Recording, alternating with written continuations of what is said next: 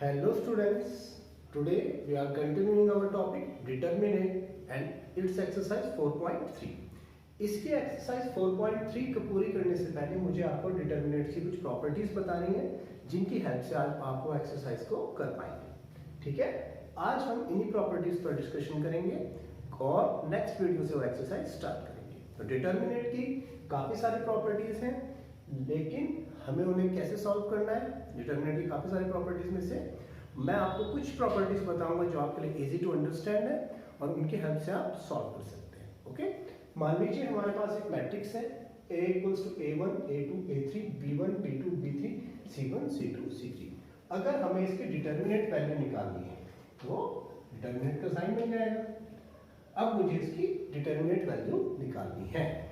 अभी last video में मैं इसको निकालने का डायरेक्ट मेथड आपको बता चुका हूं। आज हम इसको विद प्रॉपर्टीज की हेल्प से कैसे सॉल्व करना है, कैसे इजीली होगा वो बताएंगे। तो इसकी फर्स्ट प्रॉपर्टी देखिए, प्रॉपर्टी 1, जो प्रॉपर्टी हम इसमें यूज करेंगे।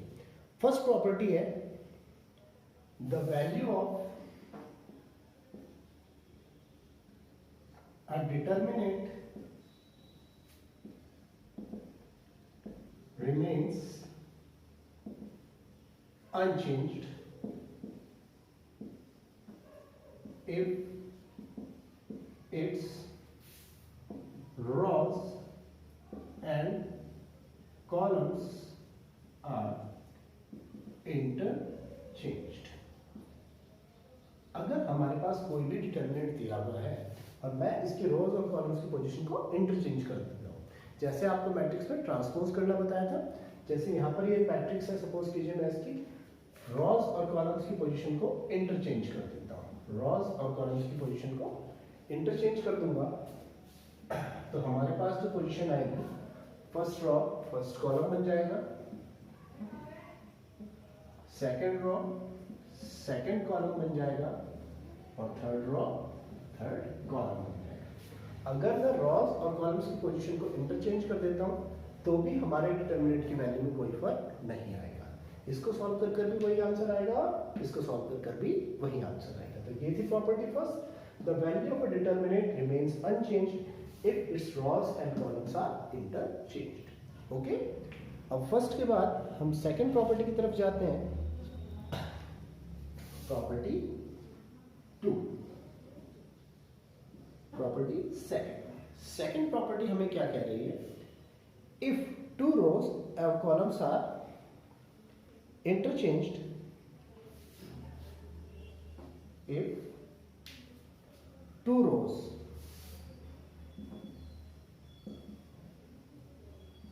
और columns are interchanged,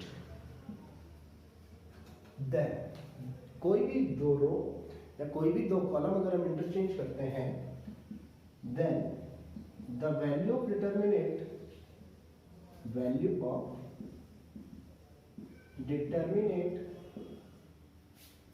change with, कैसे चेंज होगा, डिटर्मिनेंट में क्या चेंज होगा, it will change with negative sign only. देखिए, जैसे हमारे पास एक सिंपल डिटर्मिनेंट है, अगर मैं यहां पर ये ऑपरेशन लगाना चाहता हूं कि मैं इसकी फर्स्ट और सेकंड रो को इंटरचेंज कर दूं, फर्स्ट और सेकंड रो को मैंने इंटरचेंज कर दिया, यानी कि R1 और R2 की पोजीशन को मैं इंटरचेंज कर रहा हूं। जैसे मैंने इनको इंटरचेंज किया, सेकंड रो आ जाएगी फर्स्ट रो की जगह, फर्स्ट रो आ जाएगी सेकंड रो की जगह, ये बनेगा B1, B2, B3, A1, A2, A3, C1, C2, C3। अब मैंने एक पेयर ऑफ रो को इंटरचेंज कर दिया। जैसे ही मैं इंटरचेंज करता हूं, यहां पर एक साइन नेगेटिव आ जाएगा। सेम यही प्रोसेस अगर मैं कॉलम्स चेंज करूं, देखो अगर मैं C1 टेंड्स टू C2 कर दूं, कॉलम्स की पोजीशन को इंटरचेंज कर दूं तो भी साइन नेगेटिव आ जाएगा। ऐसा नहीं है कि फर्स्ट और सेकंड रो ही चेंज कर सकते हैं या फर्स्ट और सेकंड कॉलम ही चेंज कर सकते हैं। कोई भी रो और कोई भी कॉलम चेंज कर सकते हैं। ओके, तो इन दो प्रॉपर्टीज के बाद हम नेक्स्ट प्रॉपर्टी की तरफ आते हैं। ये नेक्स्ट प्रॉपर्टी हमें क्या कह रही है,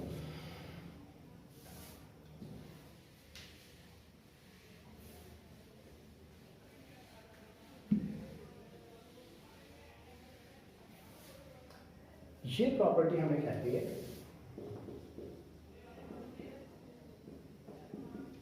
if any two rows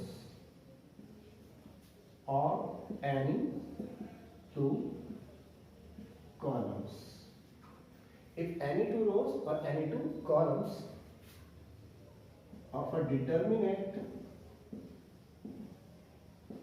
are identical, then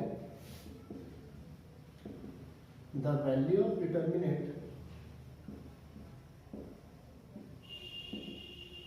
is 0. Then the value of determinant is 0. देखिए क्या कह रहा है ये, अगर हमारे पास कोई भी दो रोज या कोई भी दो कॉलम सेम हो जाए तो डिटर्मिनेंट को आगे सॉल्व करने की जरूरत नहीं है, उसकी वैल्यू हम डायरेक्टली लिख सकते हैं एंड इट विल बी 0. देखिए कैसे, जैसे हमारे पास में A is equal to rows और कॉलम्स, मैंने कहा फर्स्ट रॉ तो हमने यही कहा A1 A2 A3, B1 B2 B3 and third raw भी सेम आ गई, मैंने कहा थर्ड रॉ में भी सेम वैल्यूज हैं B1 B2 B3, तो यहाँ पर R2 second row is equal to third row. कोई भी दो रो सेम आ जाए तो हमारी सीधा वैल्यू हो जाएगी, डिटर्मिनेंट की वैल्यू हो जाएगी 0. डिटर्मिनेंट की वैल्यू क्या हो जाएगी 0. इसी तरह से अगर कोई भी दो कॉलम सेम हो जाए, जैसे A1 B1 C1, दूसरा भी A1 B1 C1 और तीसरा A3 B3 C3, तो यहाँ पर फर्स्ट कॉलम और सेकंड कॉलम दोनों क्या है, आपस में सेम है. अगर फर्स्ट और सेकंड दोनों कॉलम आपस में सेम हो जाते हैं तो भी डिटरमिनेंट की वैल्यू हो जाती है 0. ओके, अब हम नेक्स्ट प्रॉपर्टी की तरफ जाते हैं. नेक्स्ट प्रॉपर्टी हमें क्या कह रही है,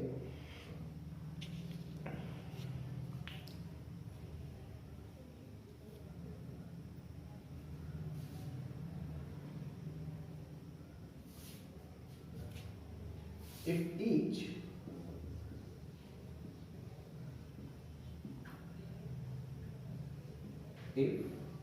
each element of row or column, element of row or column is multiplied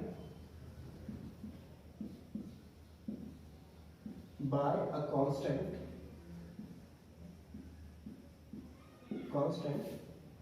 then the value of determinant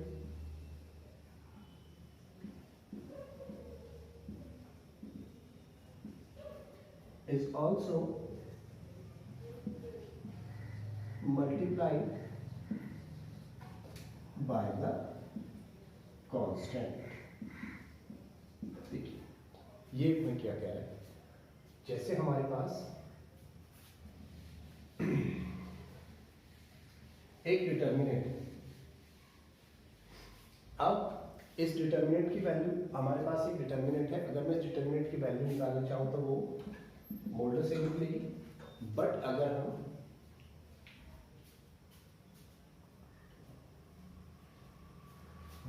हम किसी भी रो में किसी कांस्टेंट से मल्टीप्लाई कर देते हैं, सपोज कीजिए मैंने R1 को K R1 कर दिया, मतलब एक रो को K से मल्टीप्लाई कर दिया, तो जैसे ही मैं ये करता हूँ तो K A, हमारा मैट्रिक्स इस फॉर्म में आ जाएगा. फर्स्ट रो को मैंने एक कांस्टेंट, किसी भी कांस्टेंट को मैंने मल्टीप्लाई कर दिया, फर्स्ट रो को मल्टीप्लाई किया तो ये बनेगा K A1 K A2 K A3 और सेकेंड रो ऐसी ही रही, थर्ड रो ऐसे ही है. तो अब जो इसका रिजल्टेंट आएगा वो आएगा K times the value of determinant, यानी पहले जो डिटर्मिनेंट की वैल्यू थी उसका k टाइम्स, ये किसी भी रो और किसी भी कॉलम ऑपरेशन पर ट्रू है। ओके, अब इसके बाद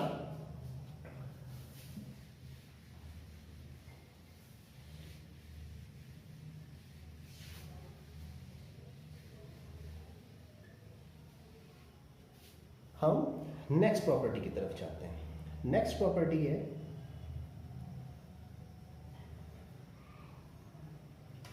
property 5।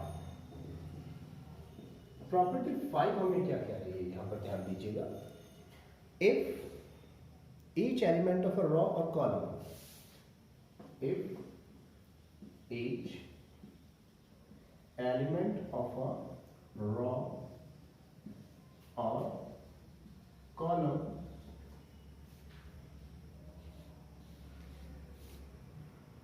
is expressed as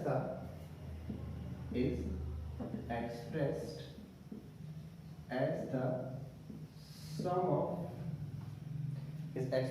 sum of two or more terms, two or more terms, two or more terms, then the determinant can be expressed as, then the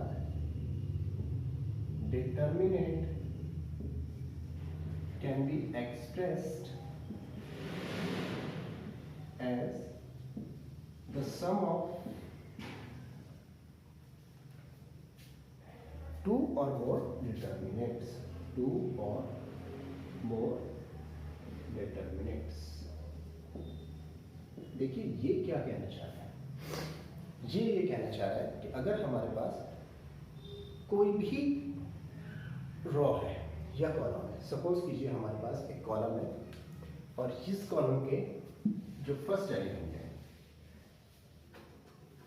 A, इसको मैं लिख सकता हूं A1 plus K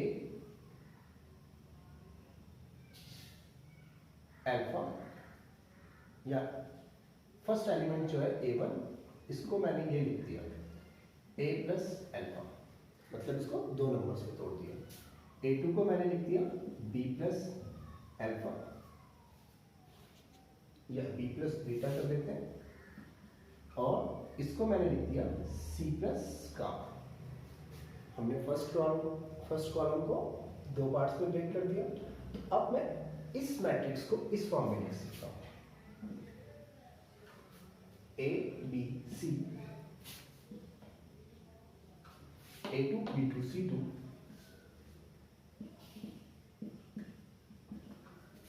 A3 B3 C3 plus alpha beta gamma. देखिए दूसरा जो शब्द है alpha beta gamma, A2 B2 C2 A3 B3 C3। यानी कि अगर हम किसी भी डिटर्मिनेंट का कोई भी रो या कॉलम को दो टर्म्स के सम के फॉर्म में ब्रेक कर सकते हैं, तो हम उस पूरे डिटर्मिनेंट को भी ऐसे डिफरेंटली ब्रेक कर सकते हैं। ओके, अब इसके बाद जो नेक्स्ट प्रॉपर्टी है वो हमारी प्रॉपर्टी आती है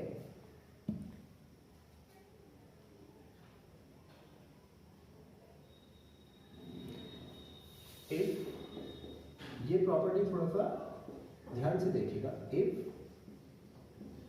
each element of a row or column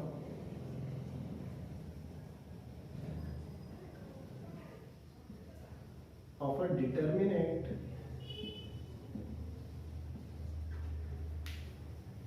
is multiplied by the same constant, is multiplied by the same constant and then added to the corresponding element, added to the corresponding element of the row or column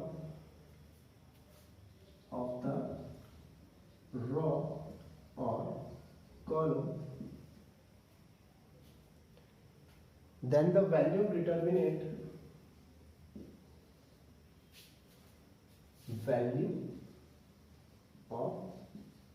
determinant remains same. आप लोग इस property की बड़ी language से confuse मत होइए, मैं आपको समझाता हूं ये कैसे क्या कहना चाह रहा है। देखिए, सपोज कीजिए हमारे पास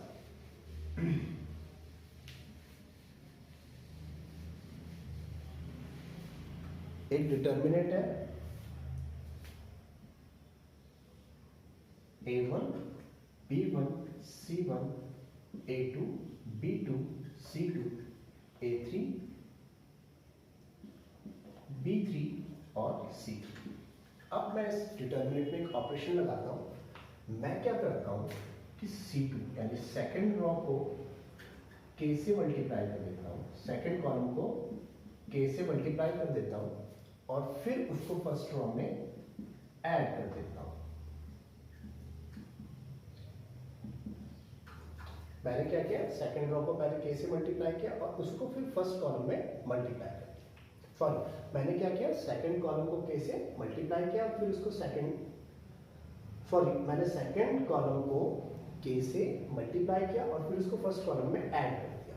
अब देखिए हमारे पास जो मैट्रिक्स बना, जब मैंने सेकंड कॉलम को K से मल्टीप्लाई किया, ये बना KB1 KB2 KB3 KB1 KB2 KB3 और फिर उसको फर्स्ट कॉलम में ऐड किया, तो हमारे पास ये बनेगा A1 plus KB1 A2 plus KB2 A3 plus KB3।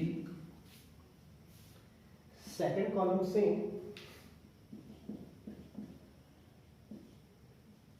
Third column भी सेम, तो ये जो हमारा मैट्रिक्स बना, ये जो हमारा डिटर्मिनेंट बना, इसकी वैल्यू हमारे पुराने डिटर्मिनेंट की वैल्यू के इक्वल ही होगी। ये प्रॉपर्टी ये बता रही। ओके, अब हम लास्ट प्रॉपर्टी की तरफ जाते हैं।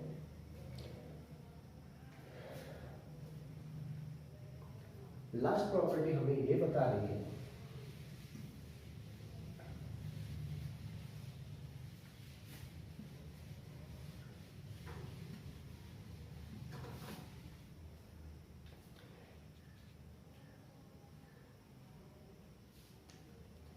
if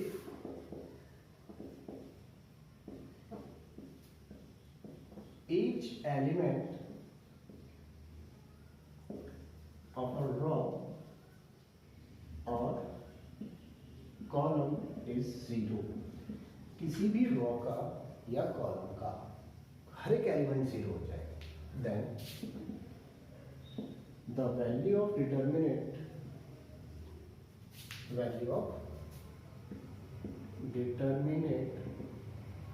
is 0। देखिए इसका मतलब, हमारे पास एक डिटर्मिनेंट है, अगर इसकी कोई भी रो 0 हो जाती है, सपोज कीजिए हमने इसकी फर्स्ट रो 0, कोई भी डिटर्मिनेंट है जिसकी फर्स्ट रो, इस सेकंड रो में कहता हूँ सेकंड रो 0 हो गई, तो फर्स्ट रो तो वही है A1 B1 C1 0 0 0 और ये हुआ C1 C2 C3। तो हमें इसे आगे सॉल्व करने की जरूरत नहीं है, हमारे पास डिटरमिनेंट वैल्यू ऑफ A आ जाएगी 0। ओके, इसी तरह से अगर हम कहते हैं कि सेकंड कॉलम या थर्ड कॉलम, कोई भी कॉलम 0 है, मैं कहता हूँ थर्ड कॉलम 0 होगा, A1 A2 A3 B1 B2 B3 third column 0 होगा। कोई भी एक कॉलम या कोई भी एक रो 0 हो जाता है तो सीधा वैल्यू, एब्सोल्यूट वैल्यू क्या हो जाएगी हमारी, 0 हो जाएगी। Got it students? तो ये कुछ प्रॉपर्टीज थी जिनकी हेल्प से हम नेक्स्ट एक्सरसाइज को स्टार्ट करेंगे। उस एक्सरसाइज को स्टार्ट करने से पहले आपको ये प्रॉपर्टीज अच्छे से आनी चाहिए, तभी आप उस एक्सरसाइज के ऊपर होल्ड बना सकेंगे, नहीं तो कंफ्यूज ही होते रहेंगे। ओके, और वीडियोस को ध्यान से देखिए, नोट्स बनाइए, लगभग सभी एनसीईआरटी क्वेश्चंस इस वीडियो सीरीज में हम कवर करेंगे। Thank you, have a nice day.